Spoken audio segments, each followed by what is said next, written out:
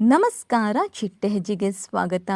ನಾನಿನ್ನ ಬಿಡಲಾರಿ ಧಾರಾವಾಹಿಯ Ambika alias Neeta, Durga alias Rishika ಇವರಿಬ್ಬರ ಬಗ್ಗೆ ಸಂಪೂರ್ಣವಾಗಿ ಈ ವಿಡಿಯೋದಲ್ಲಿ ತಿಳಿಯೋಣ.